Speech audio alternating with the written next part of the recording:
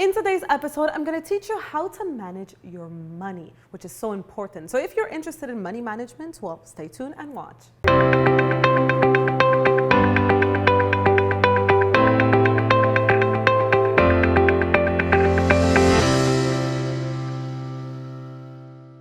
This is Alexandra Villarroel Abrego, and I welcome you to another episode of A.V.A Coaching for Business. Now, today's episode is all about that money. It's all about money management, which, like I said, is so important.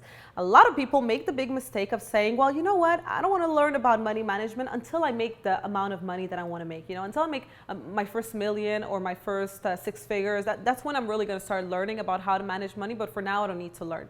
That's a big mistake, because whether you have a lot of money or not a lot of money, the way you manage money right now is the way you will manage the money that you have in the future. So if, let's say, right now you make $30,000 a year and you want to make $300,000 a year, believe me that the way you're managing that $30,000 is going to be the same way that you're going to manage that $300,000. If you have debt right now, you're going to have 10 times more debt when you make $300,000. So you might as well learn how to manage your money now. Now, before we dive into today's topic, I invite you to go on my website, alexandravillarroel.com, and subscribe to my email list, because by doing so, I will be sending over your way a free 4-part video training series that will teach you how to take your personal and professional life to the next level. So you don't want to miss out on that. It's completely free. It's a gift from me to you, so go and do that right now. As I said a few moments ago, the way you manage your money right now is the way you will manage whatever money comes your way. So if you're thinking that, no, I'm not going to learn about money management until I make my first million, well, you are making a huge mistake, because you're going to be doing the same mistakes that you're making right now when it comes to money when you make your first million. So you might as well, as I said, learn how to manage your money right now. Unfortunately, we live in a society where we are not taught since we are children or since we're teenagers how to manage money properly.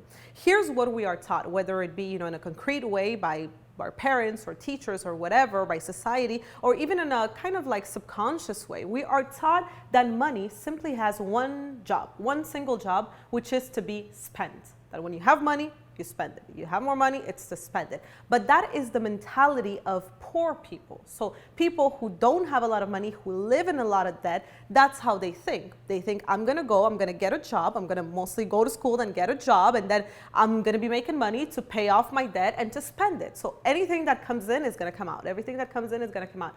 But that is a big mistake to make. Money has different jobs. And the moment that you understand what are these 4 jobs that money has is the moment that you can start to manage money properly. You see, the first job that money has is to be spent, of course. So all the spendings that you have, yes, you spend your money. But that, when you only do that, when you only give this job to your money, that's when you are more living in poverty or, below average.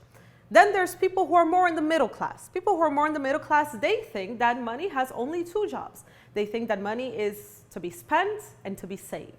So all they do is they spend their money and then they save a little bit for that, next year vacation that they want to have, or that car that they want to buy, or that house that they want to buy. That's all they do. They just spend it or save it, spend it or save it. That's, of course, better than just spending, but it's still not good. It's just, low middle class.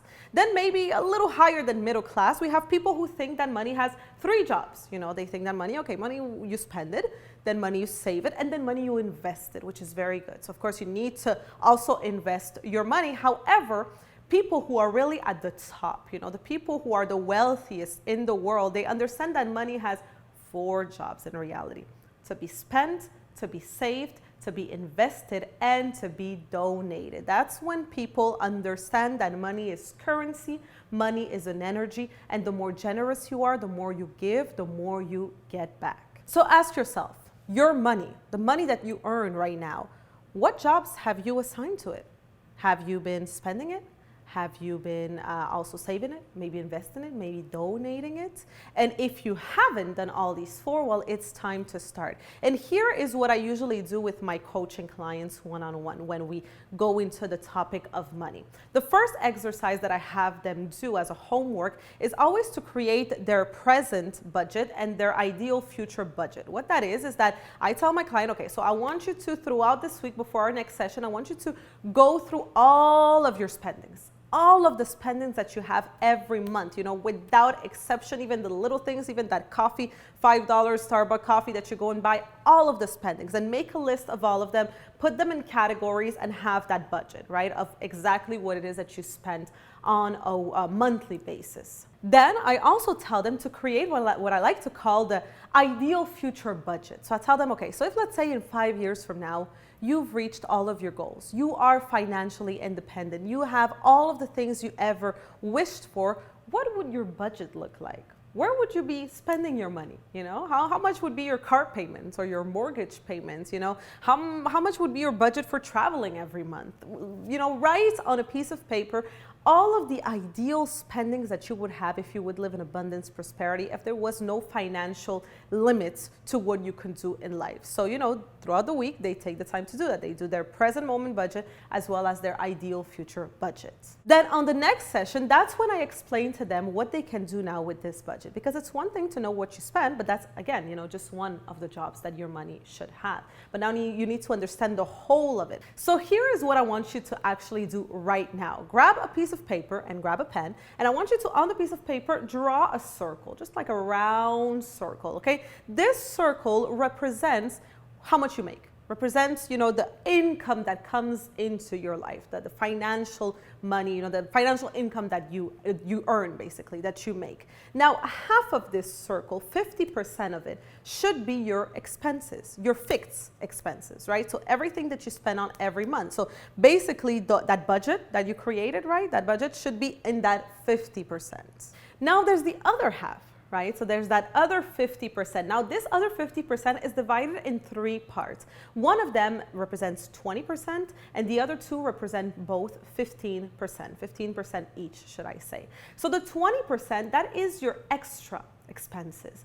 That's like the expenses that happen without you expecting them, whether it be that, I don't know, your car breaks down or you need to repair the roof on your house or there's an emergency, family emergency or medical emergency, and all of a sudden that's where that goes. So every month you should be putting 20% of how much you earn into savings. So again, that 50% is the spending, then we have the saving. Now the 2 other parts, which is one 15% and the other one 15%, well, one of them is investing, so you need to invest, and the other one is donating. Now, of course, you can alternate between these ones.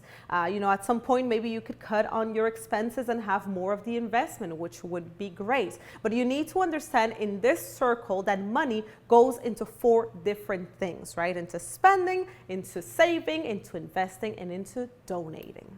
So the same way that I tell my students to do this exercise, right? So to create, first of all, like I said, their present budget, their ideal future budget, and then, to create this circle and to divide into, categories, all of their spendings and savings and investing and donating, I want you to do the same thing.